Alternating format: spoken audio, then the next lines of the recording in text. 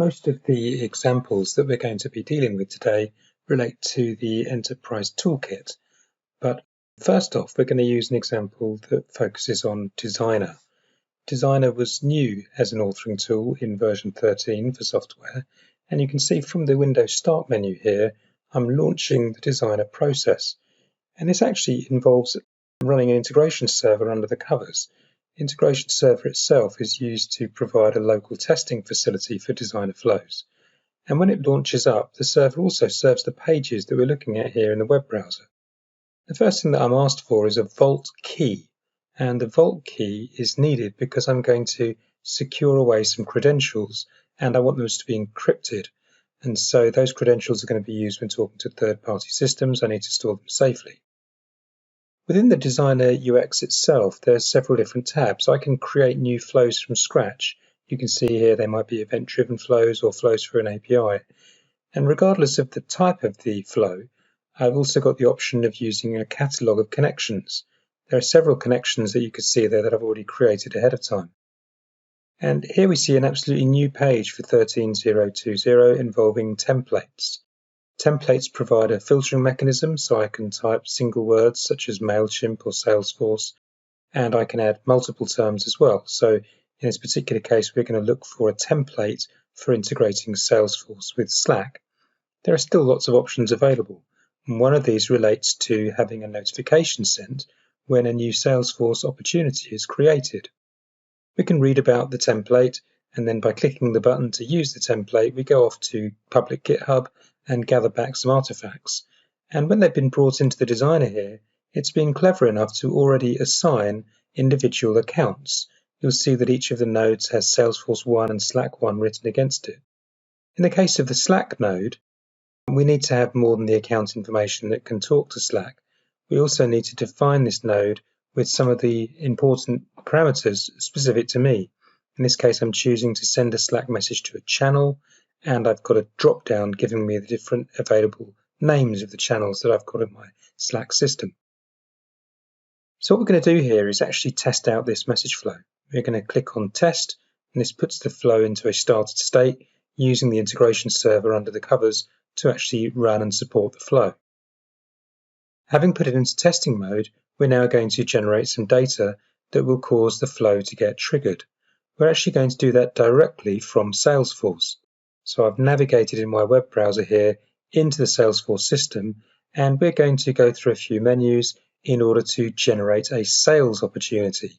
This is going to be related to my account called Ben's Account 1, and you can see in the opportunity list here there are several that have already been created. We're going to create an entirely new one that I'm going to give the cunning name of Demo Sales Op. And Demo Sales Op is relating to a particular closure date, so I can specify that using the calendar function that we've got inside here. And for every opportunity, there is also associated stage. This tells us what stage the opportunity has reached. In this particular example, I'm going to pick qualification. I've got a probability chance of it closing, and I can provide an amount field that says how much this opportunity might be worth. In this case, it's quite a successful start to the year. £100,000 is this opportunity. So having saved that opportunity within Salesforce itself, we can then return to App Connect Enterprise Designer and go to the activity log, and by doing a refresh, we can see what activity that has generated in the message flow. In the middle of the page there, you can see that the connector Slack has successfully been invoked with an action to create a message, and that's given us a successful status code. So if we switch to the Slack UI, you can see that the message has come through, new opportunity with the opportunity number that's been sent through as a message there as a good notification that Salesforce has had this opportunity created. So a relatively straightforward, simple example. We're going to crank things up a little bit with a little bit more logic involved in the message flow. And to do that, we're going to go into a slightly different template. So if we just stop the existing flow that we've been playing with, we're then going to return to the templates view, and inside here we're going to do another search. So again, we're searching for Salesforce and Slack. And this particular one, again, involves an opportunity, but this time around we're going to actually look for opportunities that have actually closed already. So this is looking at their status, and then we're also looking to see whether the opportunity was won or lost. And depending on whether both of those clauses evaluate to true, that will then cause the same notification, or rather a slightly different text, to then get sent into the Slack channel. Once again, having imported that template, you can see that automatically we have assigned the accounts for Salesforce and the account for Slack. Again, we have a red cross against the Slack message flow node. And if we go down to the base of the screen or look at the properties, expand them in fact, then we can choose which particular channel in my Slack system we'd like to send the message to. You can see that we're going to send the name of the opportunity, and we're going to say that the opportunity has been won and closed if everything has been successful and we've evaluated into that branch of the if. Again, we put the flow into testing mode, and then we're going to return to Salesforce in order to send some data back through the flow.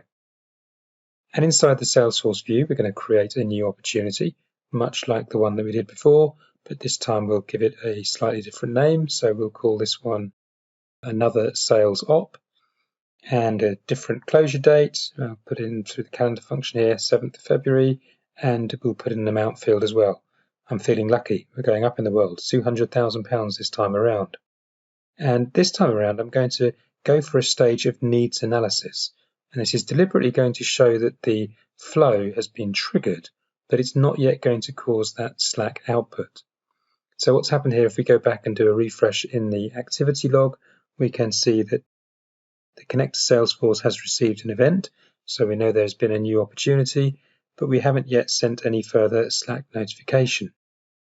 So if we go back to the channel, sure enough, no Slack notification has yet come through. The one that's already there in the channel was from just a moment ago when we played our first example.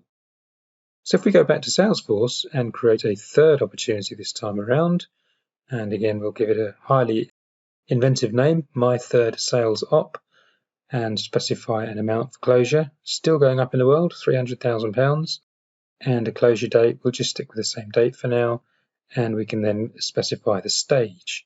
And this is quite important. We're going to actually close this one off as closed and won, and then when we click the save, hopefully this will not only trigger the flow, but it will also cause the if branch to evaluate, causing the Slack message to actually be sent as well. We can see in the UX there that there's been closed and won, and if we then return back to the designer and refresh in the activity log, we can now see some extra messages have come through. So Slack has successfully been invoked with an action to send a message. And if we go back to the Slack console, we can see that the opportunity has come through with its name and the fact that it is both won and closed. So some really quick examples there, but they really show the power of being able to use templates within Designer to get up and running very quickly with creating your first flows.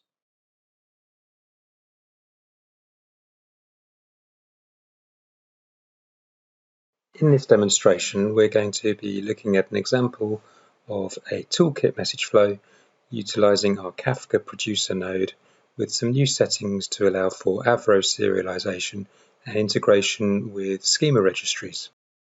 And we're going to be playing around with the message flow that's shown on the screen right now, and this is receiving HTTP input. We've got some settings set up to parse the input data using the JSON domain and validate that message against the JSON schema. It's describing a citizen who's got a name, an age, and a location. So 3 very simple fields just to demonstrate the concept of some modeled data. And this input JSON message is passed in the JSON domain and passed on to the Kafka Producer Node, who has a topic configured, and that topic exists within a replicated cluster, which is actually using event streams as part of an OpenShift deployment. We've also got the name of a Kafka Event Streams Scram policy. This is essentially containing all of the details for how the message flow should communicate with that Kafka broker. So we've got a bootstrap service property. We've chosen to use SASL SSL. We have some security settings, including a security identity, my Kafka Sec ID.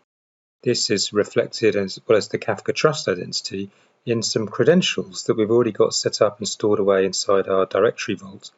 You can see my Kafka Sec ID and Kafka Trust have already been defined. We've actually got a third credential as well, which is for interacting with a schema registry. More on the registry later. On the basic tab then, we're using the My Topic destination for that Kafka Producer Node, and on the Avro tab, which is an entirely new set of properties, you'll see we've chosen a serialization mode of default. We've then got a name of a policy, and again we'll be using the policy later when we interact with the registry. Choosing the default serialization mechanism essentially means that when we pass the JSON message into the node, we will attempt to serialize the data as JSON when we write it to the Kafka topic. So having deployed the flow and put it into recording mode, we're going to interact with that event stream's registry and with the event stream's Kafka brokers. If we first of all go to the topics section of the UX here, we can see that my topic has been defined, and currently there are two separate messages already defined on that topic. We're going to see that number increase when we run two tests in a moment. So the first of those tests is going to involve injecting the JSON data into the flow, and this will then serialize as JSON and we'll get a JSON message put onto the Kafka topic. So if we go into the flow exerciser, we can pass in the values of Ben, who's always aged 21 and located in Hursley. And we can see that the response message has just simply been echoed back at the end of the flow through the HTTP reply node. But then if we go and investigate the topic and refresh the screen, we can see that the third message has now arrived. And when we click on that message, you can see that the same data has now been published to the topic. So that's a very straightforward example showing that we can successfully connect to event streams. And now we'll turn our attention to the schema registry part of the demonstration. In the schema registry, you can see I've got defined here a schema for a person. This particular schema is an example of an Avro schema. So this is slightly different to a JSON schema. It looks very simple at first glance, very much similar in concept, but it's essentially describing a different serialization mechanism. So when we write the data to the topic, this time around we're going to be writing it in an Avro format.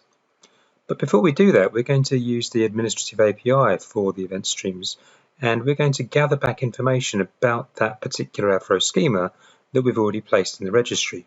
You'll see here it has a global ID, and the global ID is what we'll be using to highlight when we come to do the serialization which schema it is that we'd like to use. So given that we've got this internal identifier, a global ID of 1, we're going to apply that to the Kafka Producer Node. If we take the message flow out of recording mode, we can then edit it. And if we look at the properties of the Kafka Producer, we've got the serialization mode that we're now going to switch over to Avro.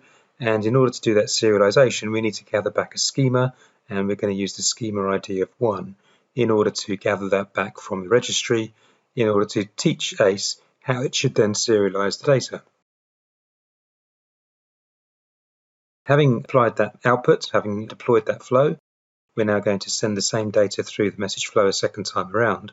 But this time, rather than serializing to JSON, we will serialize the output to Avro. The JSON message itself is simply passed to the outside of the node, but if we now go into the Kafka topic itself, when we find the fourth message that's now sitting on that topic, you'll notice that it has a different value, and sure enough it has been serialized with a formatted payload, which you can see there is definitely of Avro format. So in conclusion, what we've demonstrated here is the use of ACE with some new properties for Avro serialization and a successful interaction with an event stream's Kafka broker capability and the event stream schema registry.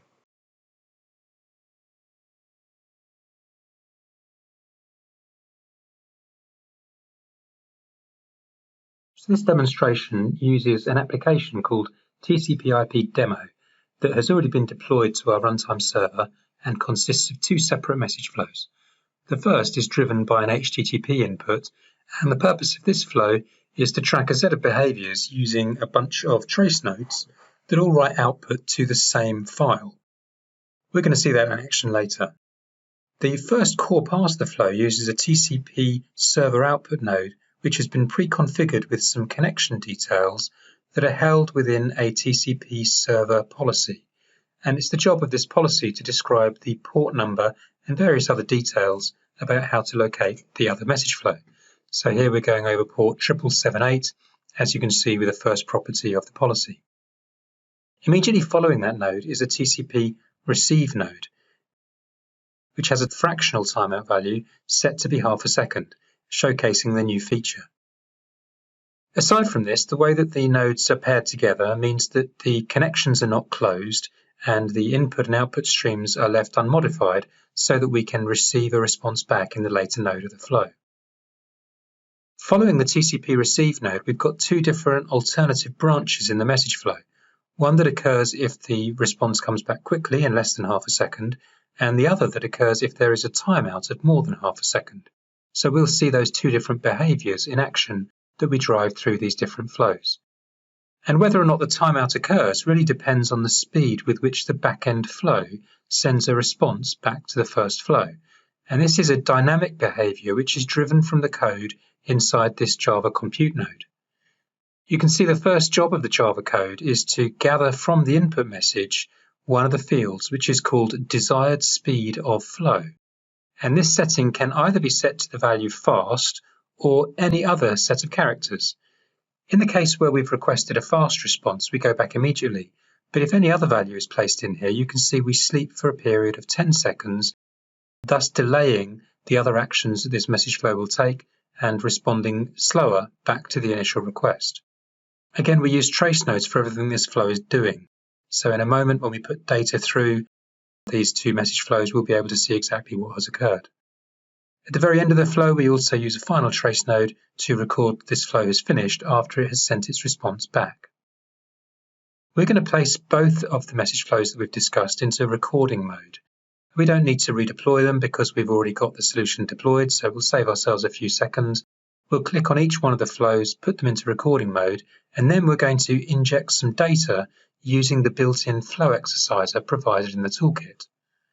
We've got two prepared messages. The first of these is for a fast reply, and this value that's passed in through the JSON data will then be interpreted by the backend flow, and it responds immediately. You can see here that the HTTP client has received a message back straight away, but that doesn't tell us the whole story. We'd expect to have that message received back regardless of whether we hit the timeout, but you can see here, sure enough, the passage of the data has gone down the top branch of the flow, and if we switch and look at the backend flow, we can see that there were no exceptions in this flow as well.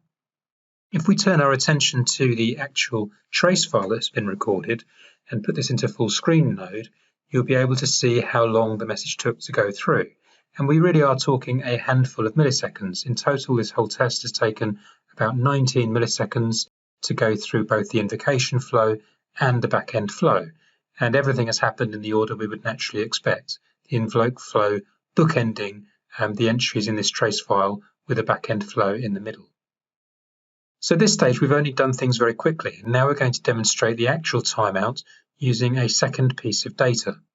And as mentioned, we can drive this again through the flow exerciser. We're going to put through a second message, but this time the JSON asks for the speed of delivery to be slow. And having passed this value through, we'll then amend the behavior dynamically of the Java compute node to inject the 10-second sleep. The response comes back immediately to the first flow because we've triggered a timeout. And if we now look at the picture of the flow, we can see that the bottom branch has been invoked. We've received a timeout from the TCPIP server receive node after half a second, and that was what sent the response back over HTTP. The backend flow, again, has no exceptions within it. If we just view the path that the message has taken through, it was the same path that the first message went through. Nothing new to see there. And then if we go finally to reopen the same trace file, we can now see quite a big difference. When the backend flow was invoked, you can see it was very slow to respond. So in total, when we examine the timestamps, we can see there was a period of about 10 seconds over which the backend flow paused before finally responding. And in the interim period, the timeout occurred, and that was also recorded by the TCPIP Demo invoke flow. And that shows the behavior of using fractional timeouts with TCP nodes.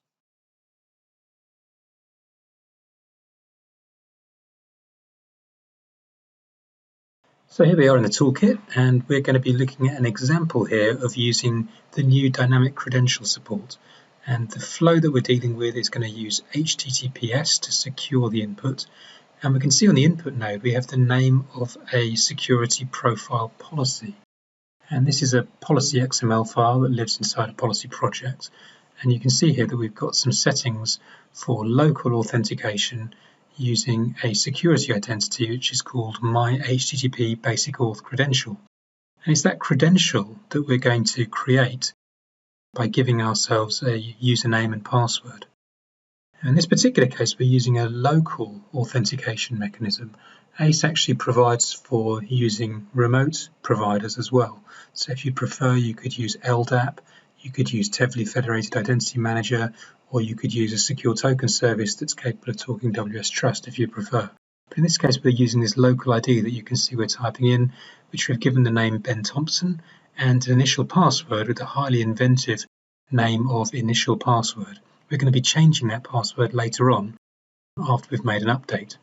So the initial password's been set up now, and if we refresh on the integration server that we'll be testing this with, we'll be able to see that the credential in the external directory vault has been successfully created. And next we're going to do a drag and drop deploy of the application that contains the flow that we're going to be testing. And as we saw before, the flow is a very simple echoing flow that receives HTTP input and then echoes the response back again. And we're going to invoke that over curl. And to begin with, the user header that we're applying here, the authentication header, is actually providing the value, this is an invalid password. And unsurprisingly, to begin with, we're getting that 401 status code back saying that authorization is required. If we switch out that invalid password for the initial password that we just created, then we should get more success. So passing that through, you can see that hello world has been echoed back to the curl prompt. So this has proven that using a local identity is successfully enforcing that check using basic auth when we invoke the flow. So far, so boring. Now, if we then update the credential, we can see the power of having dynamic credentials for this localized authentication checking. So again, if we tick the box to show the password as we're typing it in here, you can see that we're now updating the password value to the equally inventive my new password. And having made that update without the requirement to restart the server, we can immediately return to the command line and attempt to invoke exactly the same service again. So this time we're using initial password to prove that the one that was previously successful is now giving us an authentication error. And then if we delete that password and put in the new password that we've just inserted, then we see success. And that concludes the demonstration showing dynamic credentials.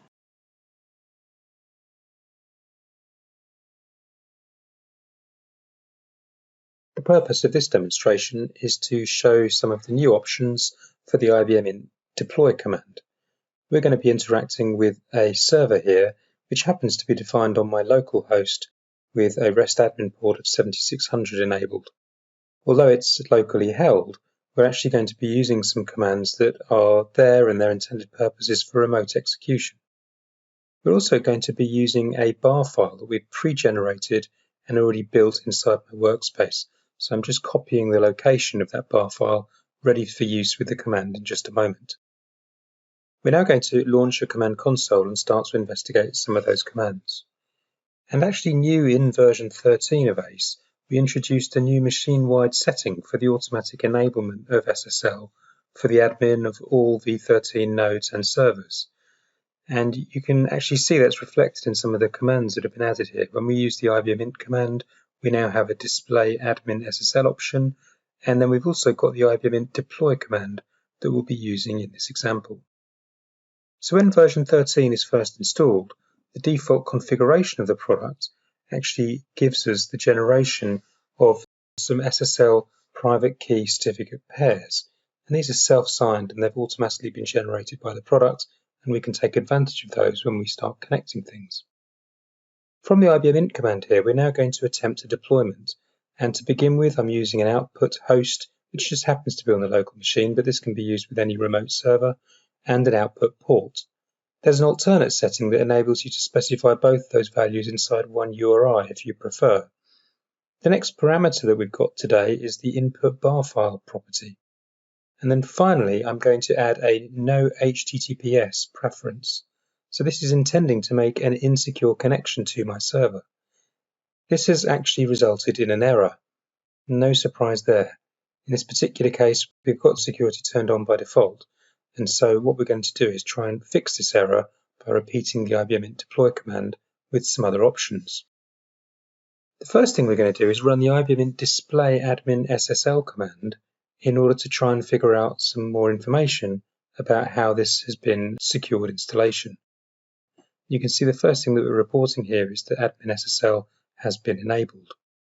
And then if we scroll down a little bit further, helpfully the command is also telling us where we can locate some certificate files which can be used when we're making client connections into the ACE server.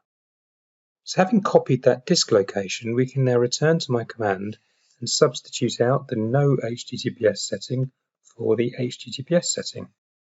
When we've got the HTTPS setting defined, this means that we'll attempt to make a secure connection first, and if that fails, then we'll fall back to the insecure setting. Having provided the CA cert parameter as well, you can now see that the deployment has been successful. The application has been deployed. We can then prove that as well if we return back to the toolkit and right-click on the integration server and refresh. You can see that Echo Flow has now been deployed, and that successfully concludes the demonstration.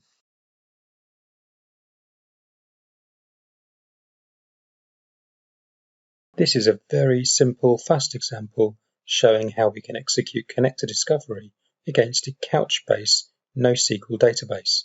We're using the retrieve buckets function in this example, and that requires us to connect to Couchbase, first of all by supplying an endpoint URL in the traditional Couchbase form.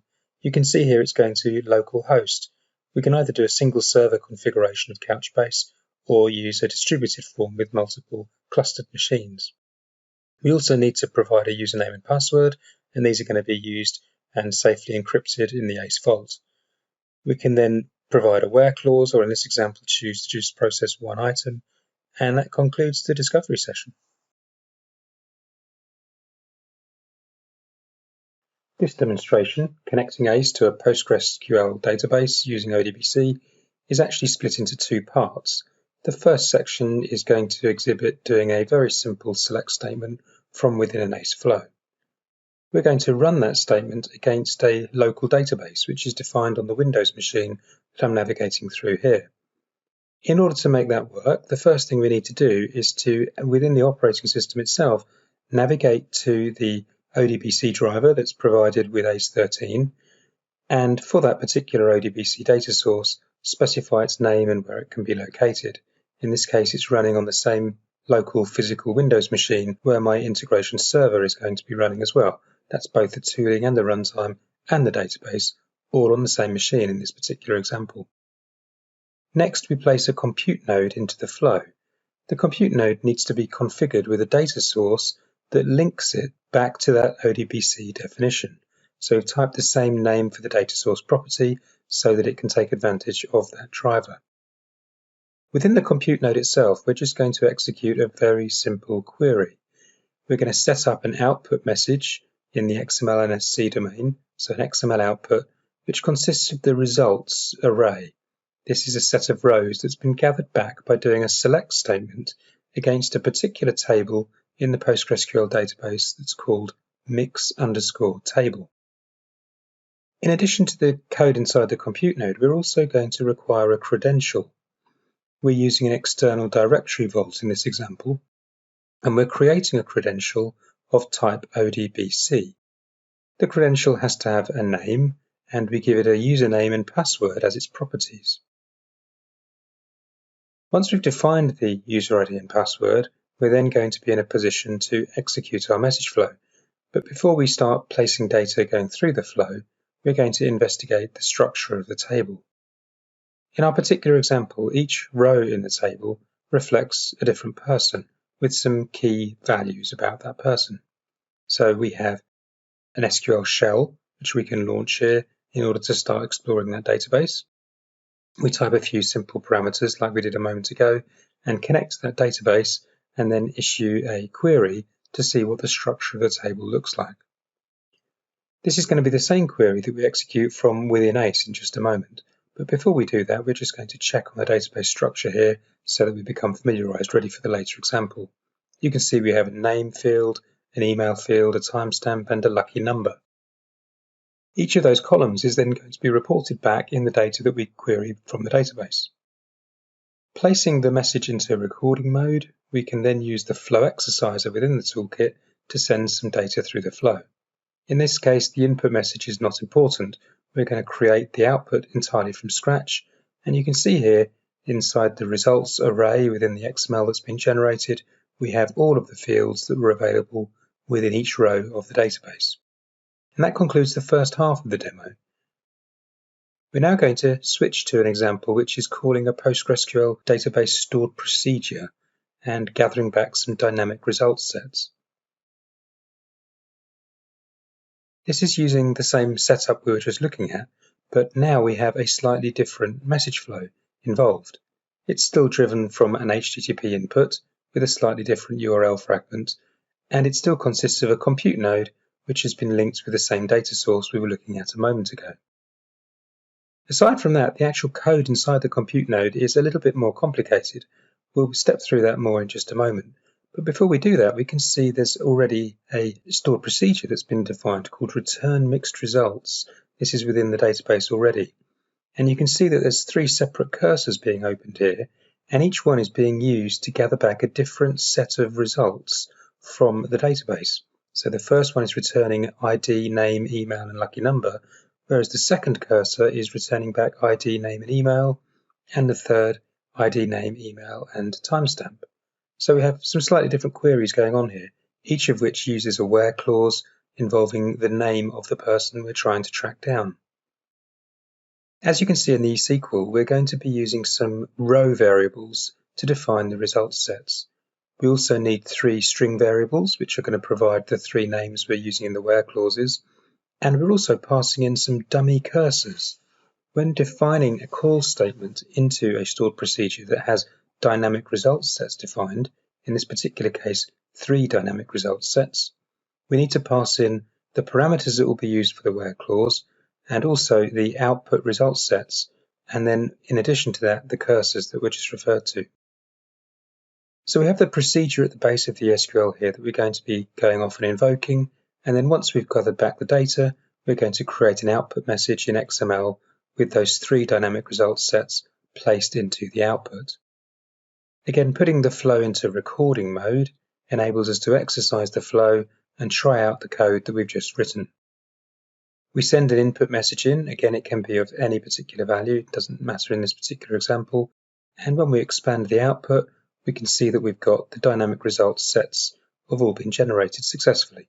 The first containing the name, email, and lucky number, and then slightly different fields inside the second, and then the third results sets. So here we have name and email and ID, and at the very base we also have one that involves the timestamp. So a relatively trivial example, but good enough to show us that the dynamic results set can now be queried from a PostgreSQL database.